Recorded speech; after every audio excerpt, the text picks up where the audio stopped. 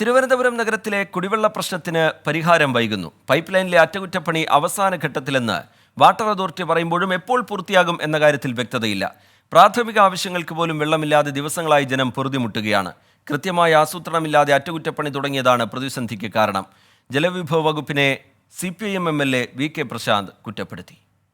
ഉദ്യോഗസ്ഥന്മാർ 48 മണിക്കൂർ കൊണ്ടാണ് ഈ പണി ചെയ്തു തീർക്കാമെന്ന് പറഞ്ഞ് വർക്ക് തുടങ്ങിയത്. പക്ഷേ അത് ചെയ്തു തീർക്കാൻ കഴിഞ്ഞില്ല. ഇപ്പോൾ 72 മണിക്കൂറും കഴിഞ്ഞ് അതും കഴിഞ്ഞ് പോകേണ്ട ഒരു സ്ഥിതിയിലേക്ക് വന്നിരിക്കുന്നു. അവിടെയാണ് പറഞ്ഞത് ജാഗ്രത കുറവുണ്ട്. അനുഭവ സമ്പത്തുള്ള ഉദ്യോഗസ്ഥന്മാരെ തിരുവനന്തപുരത്ത് വെക്കണം. തിരുവനന്തപുരം എന്ന് പറയുന്നത് കേരളത്തിൻ്റെ തലസ്ഥാന നഗരമാണ്. ഇത്രയും അധികം ജനങ്ങൾ തെങ്ങിപ്പാർക്കുന്ന സാന്ദ്രതയുള്ള ഒരു പ്രദേശമാണ്. അപ്പോൾ അവിടെ ഈ കാര്യം കൈകാര്യം ചെയ്ത് പരിചയസമ്പത്തുള്ള ഉദ്യോഗസ്ഥന്മാരെ വെക്കാൻ ബഹുമാനപ്പെട്ട മിനിസ്റ്റർ തയ്യാറാകണം. കാരണം അത് വളരെ പ്രധാനപ്പെട്ട ഒരു കാര്യമാണ്. എവിടെയൊക്കെയാണ് വാൽവുള്ളത്, എവിടെയൊക്കെയാണ് ലൈനുകളുള്ളത്, ഇത് കൃത്യമായി ബോധ്യമുള്ള ഒരാൾക്ക് മാത്രമേ ഇത് ഭംഗിയായി കൈകാര്യം ചെയ്യാൻ വേണ്ടി കഴിയൂ. അപ്പോൾ അവിടെ ഒരു പാകപ്പിഴ ഉണ്ടായിട്ടുണ്ട് എന്നുള്ളൊരു ആരോപണം ഞാൻ മുന്നോട്ട് വയ്ക്കുകയാണ്. വിവരങ്ങളുമായി അജീഷ് ജയകുമാറും സലീം മാലിക്കും നമുക്കൊപ്പം ചേരുന്നുണ്ട്. ആദ്യം അജീഷ് ജയകുമാറിലേക്കാണ്. അജീഷ്, 4 മണിയോടുകൂടി വെള്ളമെത്തും എന്നുള്ളതായിരുന്നു ഉറപ്പ്. അത് ഒരു മന്ത്രിമാരല്ല, 2 മന്ത്രിമാർ നൽകിയ ഉറപ്പാണ് പാഴ്വാക്കായി മാറുന്നത്. വലിയ പ്രതിഷേധം നമ്മൾ കഴിഞ്ഞ മണിക്കൂറുകളിൽ കണ്ടു. എപ്പോഴേക്ക് പ്രതിസന്ധിക്ക് ഒരു പരിഹാരമുണ്ടാകുമെന്ന് ഈ ഘട്ടത്തിൽ നമുക്ക് പറയാൻ കഴിയും? 7 മണിയോടെയൊക്കെ വെള്ളം എത്തിക്കാനുള്ള ശ്രമം അവിടെ നടക്കുന്നു എന്നുള്ള തരത്തിലൊക്കെ വിവരങ്ങൾ പുറത്തു വരുന്നുണ്ട്. എന്താണ് പുതിയ വിവരങ്ങൾ അജീഷ്?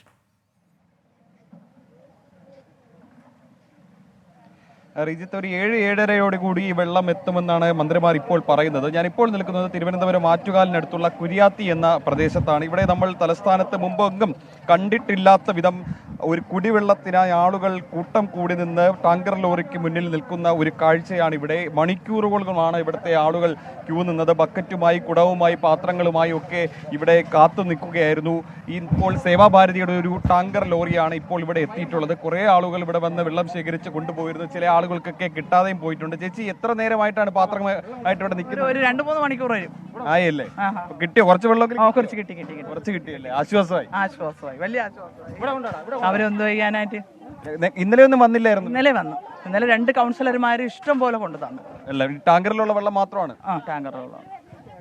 എന്താ ചേച്ചിക്ക് വെള്ളം കിട്ടിയോ? ഇതുപോലെ മുമ്പ് എപ്പോഴെങ്കിലും ഇതുവരെ ഞങ്ങൾക്ക് അറിഞ്ഞുകൂടാക്കളെ. ഞാൻ പിന്നെ എന്റെ കൊച്ചിലെ വെള്ളം ഇല്ലായിരുന്നു. നമ്മൾ അമ്മൻകൊല്ലൂക്കി ചെന്നെടുത്തിട്ടുണ്ട്. ഇപ്പൊ ഈ വെള്ളം വന്ന ശേഷം അയ്യോ.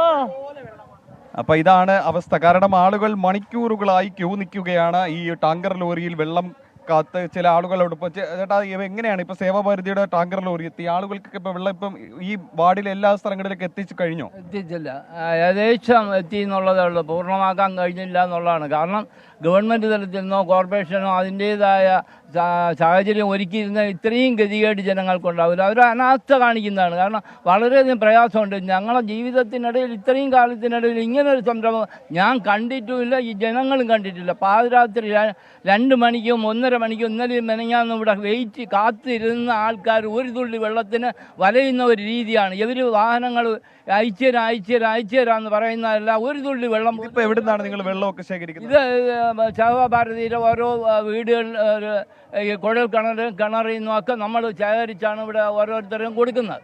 അത് ക്ഷേത്രത്തിൽ നിന്ന് വരെ എടുത്തു കൊടുക്കുന്നുണ്ട് അവരുടെ സൗകര്യത്തിന്. നമ്മൾ രാവിലെ ഈ ഭാഗത്തൊക്കെ ഇറങ്ങി. അജീഷ് ജയകുമാർ വിവരങ്ങൾ, പ്രതികരണങ്ങൾ പങ്കുവെക്കുകയായിരുന്നു. സലീം മാലിക് കൂടി നമുക്കൊപ്പം ചേരുന്നുണ്ട്. സലീം, എവിടെയാണ് നിൽക്കുന്നത്? കൃത്യമായ ആസൂത്രണമില്ലാത്തതാണ് ഈ പ്രതിസന്ധി ഇങ്ങനെ ഉണ്ടാക്കിയത് എന്നുള്ള വിമർശനമൊക്കെ അതിശക്തമായി വരുന്നുണ്ട്. ജലവിഭവ വകുപ്പിനെതിരെ CPIM-ന്റെ MLA VK പ്രശാന്ത് തന്നെ ഉയർത്തിയ വിമർശനം നേരത്തെ നമ്മൾ കേട്ടു. എന്താണ് സാഹചര്യം? എപ്പോഴേക്ക് പ്രശ്നത്തിനൊരു പരിഹാരമുണ്ടാകും സലീം?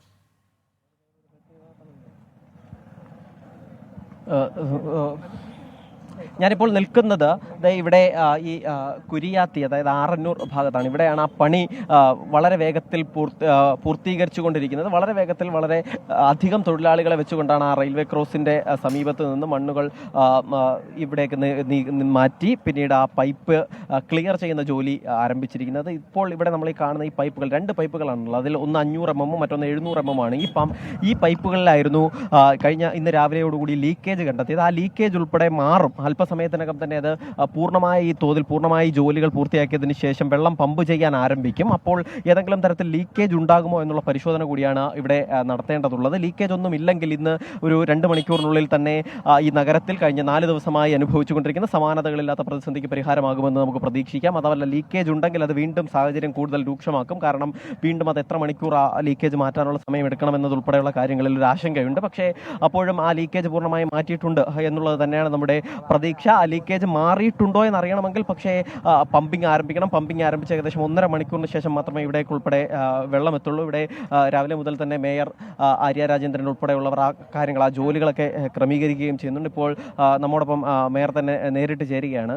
വേറെ സമാനതകളില്ലാത്തൊരു പ്രതിസന്ധിയാണ്. അത് എത്ര കണ്ട് വലുതെന്ന് നമുക്ക് തന്നെ വിവരിക്കാൻ കഴിയില്ല. അപ്പോൾ ആ നഗരവാസികളുടെ ആ പ്രതിസന്ധി അല്പസമയം കൂടി കഴിയുമ്പോൾ മാറുമെന്ന് നമ്മൾ പ്രതീക്ഷിക്കുക. എന്താ ഇതുവരെയുള്ള ഇപ്പോഴത്തെ ഒരു ജോലി?